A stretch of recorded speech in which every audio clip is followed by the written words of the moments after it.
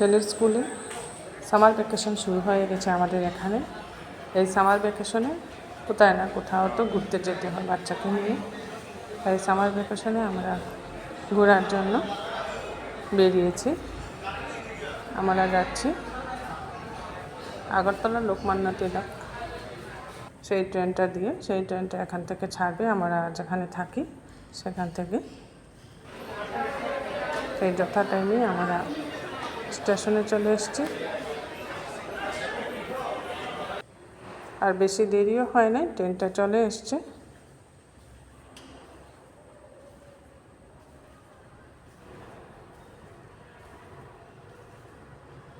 ট্রেনে উঠে যাচ্ছি।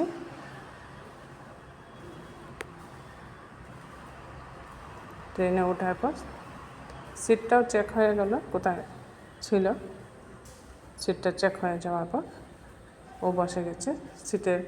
ওর বেশি পছন্দ উইন্ডো সিটগুলো। উইন্ডো সিট থেকে বাইরের দৃশ্যটা দেখতে খুব সুন্দর। তাই ও সবসময় যে কোনো সময় ট্রেনে কোথাও জার্নি করলে ওর পছন্দের সিট হচ্ছে window seat. Side window, side upper, এগুলোই ওর ভালো লাগে। ও সিটে বসে গেছে। বিস্কিটের প্যাকেট একটা হাতে নিয়েছে, বিস্কিট খুলে খাচ্ছে। আর পাশ দিয়ে অন্য একটা ট্রেন যাচ্ছে, ক্রসিং ছিল এখানে। আমাদের ট্রেন চলতে শুরু করলো। খুব সুন্দর পাহাড় জঙ্গল এর মধ্যে দিয়ে এত সুন্দর প্রাকৃতিক দৃশ্য আমাদের এখানে। পাশ দিয়ে অন্য একটা ট্রেন যাচ্ছে। এটা আমাদের নর্থ ইস্ট, উত্তর পূর্বাঞ্চল। সব দিকেই আমরা পাহাড়ে ঘেরা। পাহাড়ের এই প্রাকৃতিক সৌন্দর্যের মধ্যে দিয়ে আমাদের ট্রেন যাত্রা শুরু হয়েছে। আমার এই ট্রেন যাত্রায় আপনাদেরকে শেয়ার করছি। আপনাদেরকেও আমার সাথে আমাদের গন্তব্যস্থল যেখানে সেখানে নিয়ে যাচ্ছি। দেখুন খুব সুন্দর প্রাকৃতিক দৃশ্য। নমস্কার, কলিজ কিচেনের সকল দর্শকদেরকে স্বাগত জানাচ্ছি। এখন ট্রেনটা একটা টানেলের মধ্যে ঢুকে গেছে। টানেলের ভিতরটা অন্ধকার, তাই ও সাইড লাইটটা জ্বালিয়ে দিয়েছে ট্রেনে। টানেলের মধ্যে কিন্তু দূরে দূরে লাইট লাগানো আছে, কিন্তু তবুও তো অন্ধকার থাকে টানেলের ভিতরটা, তাই সাইড লাইটটা বারবার ও জ্বালাচ্ছে। আর ওই দিন প্রচণ্ড বৃষ্টি ওয়েদার ছিল। ওয়েদারটা এত খারাপ ছিল, খুব ঠান্ডা ছিল। এসিতে অনেক ঠান্ডা লাগছিল, তাই ব্ল্যাঙ্কেটও গায়ে দিয়েছে। খুব আনন্দ হচ্ছে ওর এই ভ্যাকেশন ট্যুরটার জন্য। ওর বাবার সাথে মজা করতে করতে যাচ্ছে।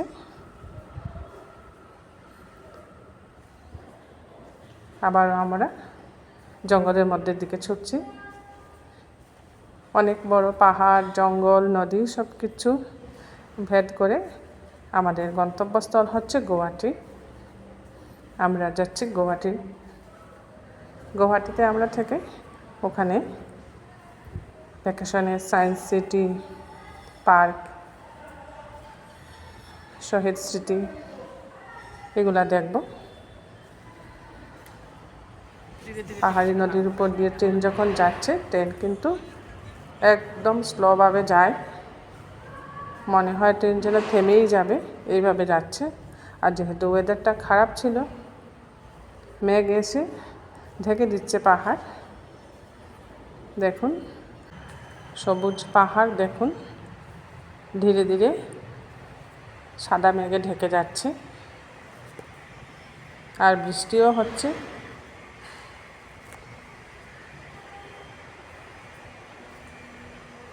এইভাবেই আমাদের ট্রেন এগিয়ে যাচ্ছে।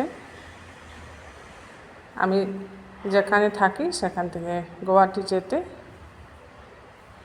6 থেকে 7 ঘন্টা ট্রেন জার্নি করতে হয়। মধ্যে মধ্যে 2-1 জায়গায় একটু সমতল দেখা যাচ্ছে। এখানে ক্ষেত কৃষিও দেখা যাচ্ছে। জানি না কি লাগায় এখানে, মনে হচ্ছে পাহাড় অঞ্চলে যে জুম চাষ হয়ে থাকে, ধান হয়তোবা এটাই চাষ হবে এখানে। এখন চলে এসেছি এই পাহাড়ি অঞ্চলে খুব সুন্দর শৈল শহর হাফলং। হাফলং শহরটা খুব সুন্দর, আর স্টেশনটাও অনেক বড়। ওখানে আসার পর ট্রেনটা 2 থেকে 3 মিনিটের মতো দাঁড়ায়।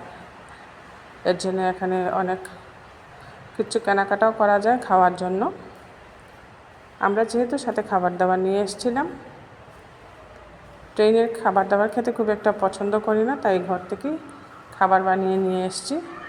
আর সাথে ড্রাই খাবারগুলোও নিয়ে এসেছি, প্যাকেটিং খাবারও নিয়ে এসেছি সাথে। এখানে স্টেশনে পোলাও, বিরিয়ানি থেকে ফ্রুটস সব কিছু পাওয়া যায়। আর প্রচণ্ড ঠান্ডা ছিল ওই দিন, বৃষ্টির দরুন। আর এই স্টেশনের আশপাশে যে স্টেশনগুলো আছে, এই স্টেশনগুলোর কিন্তু রাস্তা অনেক খারাপ থাকে বৃষ্টির সময়। পাহাড় অঞ্চলে ল্যান্ডস্লাইড হয়ে থাকে, তাই অনেক সময় ট্রেন বন্ধও হয়ে যায়। এখানে এসে গেছি আমরা। 2 থেকে 3 মিনিট দাঁড়ানোর পর খাওয়া দাওয়া শেষ করে আবার গন্তব্যের উদ্দেশ্যে রওনা। আকাশের মেঘগুলা দেখুন কি সুন্দর দেখতে, ধীরে ধীরে অন্ধকার নেমে আসছে, সূর্য ডুবে যাচ্ছে। সূর্য ডুবার দৃশ্যটাও খুব সুন্দর। পাহাড়ের ওপারে খুব সুন্দর সূর্য ডুবার দৃশ্যটা দেখা যাচ্ছে। আমার এই যাত্রাপথে আপনাদেরকেও সাথে নিয়ে যাচ্ছি, আপনাদেরকেও এইসব মনোরম পাহাড়ি দৃশ্য দেখে আমার সাথে আমার গন্তব্যস্থলে নিয়ে যাচ্ছি।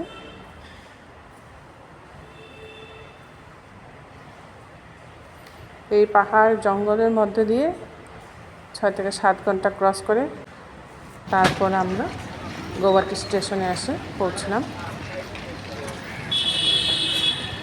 এটা গৌহাটি স্টেশনের সামনের দিকের দৃশ্যটা। ওখান থেকে বের হয়ে যে সিটি বাসগুলো আছে, সেই সিটি বাসে চড়ে হোটেলের উদ্দেশ্যে রওনা দিচ্ছি। হোটেল যেহেতু আগে থেকেই বুক করা ছিল, তাই কোনো অসুবিধে হয় না। এটা হচ্ছে গৌহাটি শহর। সিটি বাসে যেতে যেতে গৌহাটি শহরের সুন্দর দৃশ্য আপনাদেরকে দেখিয়ে দিচ্ছি।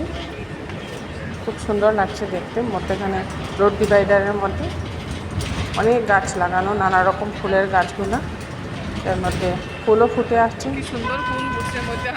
খুব সুন্দর এই দৃশ্যটা। আমার তো খুব ভালো লাগে রোড ডিভাইডার ফুল গাছের ফুলগুলা দেখতে। বাসে চড়ে বেশ কিছুক্ষণ যাওয়ার পর আমাদের গন্তব্যস্থলে পৌঁছাই।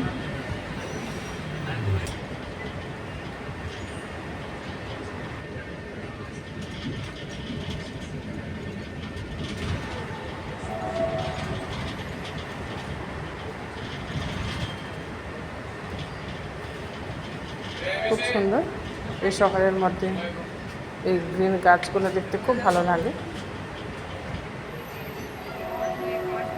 এসে পৌঁছে গেলাম আমাদের হোটেলে। হোটেলের রুম টোরটা আপনাদের দিয়ে দিচ্ছি। একটা ডবল বেড নিয়েছি আমরা,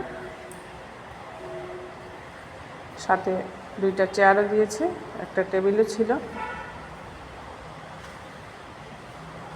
একটা টিভিও ছিল।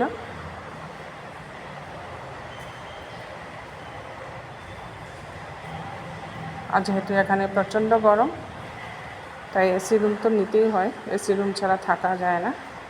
গৌহাটিতে অনেক গরম।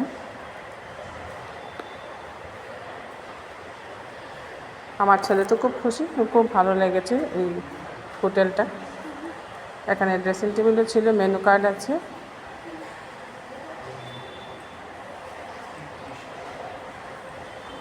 আর এখানে বড় একটা ওয়ার্ডরোব আছে, এখানে ইচ্ছে করলে জামা কাপড়গুলো সুন্দর করে সাজিয়ে রাখা যায়।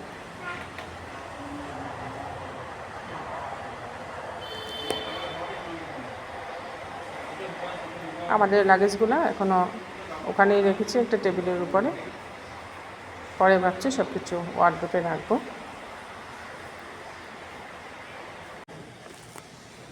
মেনু কার্ড দেখে প্রথমে চাটা অর্ডার করে নিচ্ছি ফ্রেশ হওয়ার জন্য। এটা ছিল বাথরুমটা বেশ ভালো ছিল, খুব সুন্দরই ছিল।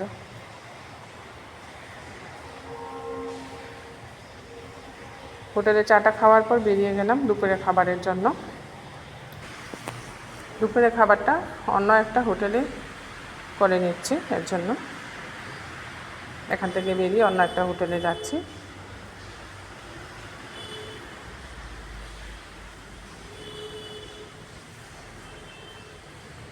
দুপুরে খাবার একদম সিম্পলভাবে নিয়ে নিয়েছি। ভাত, ডাল, সবজি, ভাজি, পাঁপড়, সাথে লেবু দিয়েছে। আর এখানে নিয়ে নিয়েছি ডিম, রুই মাছ। সিম্পলভাবেই দুপুরের খাবারটা সেরে নিলাম। আমার এই ব্লগটা আপনাদের ভালো লাগলে একটা লাইক করে দিবেন।